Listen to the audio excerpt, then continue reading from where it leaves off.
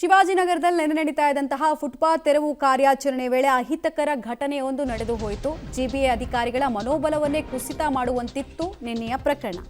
ಈ ಪ್ರಕರಣದಲ್ಲಿ ಪೊಲೀಸರು ತ್ವರಿತವಾಗಿ ಆಕ್ಟ್ ಮಾಡಿದ್ದಾರೆ, ಆರೋಪಿಗಳನ್ನು ಬಂಧಿಸಿದ್ದಾರೆ. ತೆರವು ಕಾರ್ಯಾಚರಣೆ ವೇಳೆ ಅಧಿಕಾರಿಗಳು ಇನ್ನಷ್ಟು ಭದ್ರತೆ ಕೊಡಿ ನಮಗೆ ಅಂತ ಮನವಿ ಮಾಡಿಕೊಂಡಿದ್ದಾರೆ. ಜಿಬಿಎ ಮುಖ್ಯ ಆಯುಕ್ತರಿಗೆ ಜಿಬಿಎ ನೌಕರರ ಸಂಘದಿಂದ ಮನವಿ ಹೋಗಿದೆ. ತೆರವು ಕಾರ್ಯಾಚರಣೆ ವೇಳೆ ಬಾಡಿ ಓನ್ ಕ್ಯಾಮ್ರಾವನ್ನ ಕೂಡ ನಮಗೆ ಕೊಟ್ಬಿಡಿ, ಸೊ ಯಾರೇ ನಮ್ಮ ಜೊತೆಗೆ ಮಿಸ್ಬಿಹೇವ್ ಮಾಡಿದ್ರು, ನ್ಯೂಸೆನ್ಸ್ ಕ್ರಿಯೇಟ್ ಮಾಡಿದ್ರು ಎಲ್ಲವೂ ರೆಕಾರ್ಡ್ ಆಗಲಿ, ಅಂಥವರಿಗೆ ತಕ್ಕ ಶಿಕ್ಷೆ ಆಗಲಿ ಅನ್ನೋದು ಆಗ್ರಹ. ಯಾಕಂದರೆ ಮನೋಬಲ, ಮನೋಸ್ಥೈರ್ಯ ಎಲ್ಲವೂ ಕೂಡ ಕುಸಿದು ಹೋಗಿದೆ ನಿನ್ನೆಯ ಪ್ರಕರಣಕ್ಕೆ ಸಂಬಂಧಪಟ್ಟಂತೆ. ನಿನ್ನೆ ನಡೆದ ಒಂದು ಘಟನೆ, ಕಹಿ ಘಟನೆ. ನಿನ್ನೆ ಏನು ತಮಗೆಲ್ಲ ಈಗಾಗಲೇ ವಿಷಯ ಗೊತ್ತಾಗಿದೆ. ಏನು ಶಿವಾಜಿನಗರ ಹೃದಯ ಭಾಗ, ಬೆಂಗಳೂರು ಹೃದಯ ಭಾಗ ಶಿವಾಜಿನಗರ ಬಸ್ ಸ್ಟ್ಯಾಂಡ್ ಮತ್ತು ಬೋರಿಂಗ್ ಆಸ್ಪತ್ರೆ ಆಜುಬಾಜು ಸುತ್ತಮುತ್ತಲಿನಲ್ಲಿ ನಮ್ಮ ಅಧಿಕಾರಿಗಳು ಅಂದ್ರೆ ಇಂಜಿನಿಯರ್ಗಳು ಮತ್ತು ಅವರ ತಂಡ ಫುಟ್ಪಾತ್ ಒತ್ತುವರಿ ತೆರವು ಕಾರ್ಯಾಚರಣೆ ಮಾಡುವ ಸಂದರ್ಭದಲ್ಲಿ ಏಕಾಏಕಿ ಬಸವರಾಜ ಪಡುಕೋಟೆ ಮತ್ತು ಅವರ ಸಹಚರರು ನಮ್ಮ ಅಧಿಕಾರಿ ನೌಕರರ ಮೇಲೆ ಹಲ್ಲೆ ಮಾಡಿದ್ದಾರೆ, ಇಂಜಿನಿಯರ್ಸ್ ಮೇಲೆ, ಮತ್ತು ಒಂದು ಪೆಪ್ಪರ್ ಸ್ಪ್ರೇ ಅದನ್ನು ಸಹ ಕಣ್ಣಿಗೆ ಹಾಕಿ ಗುಂಡಾವರ್ತನೆ ಮಾಡಿದ್ದಾರೆ.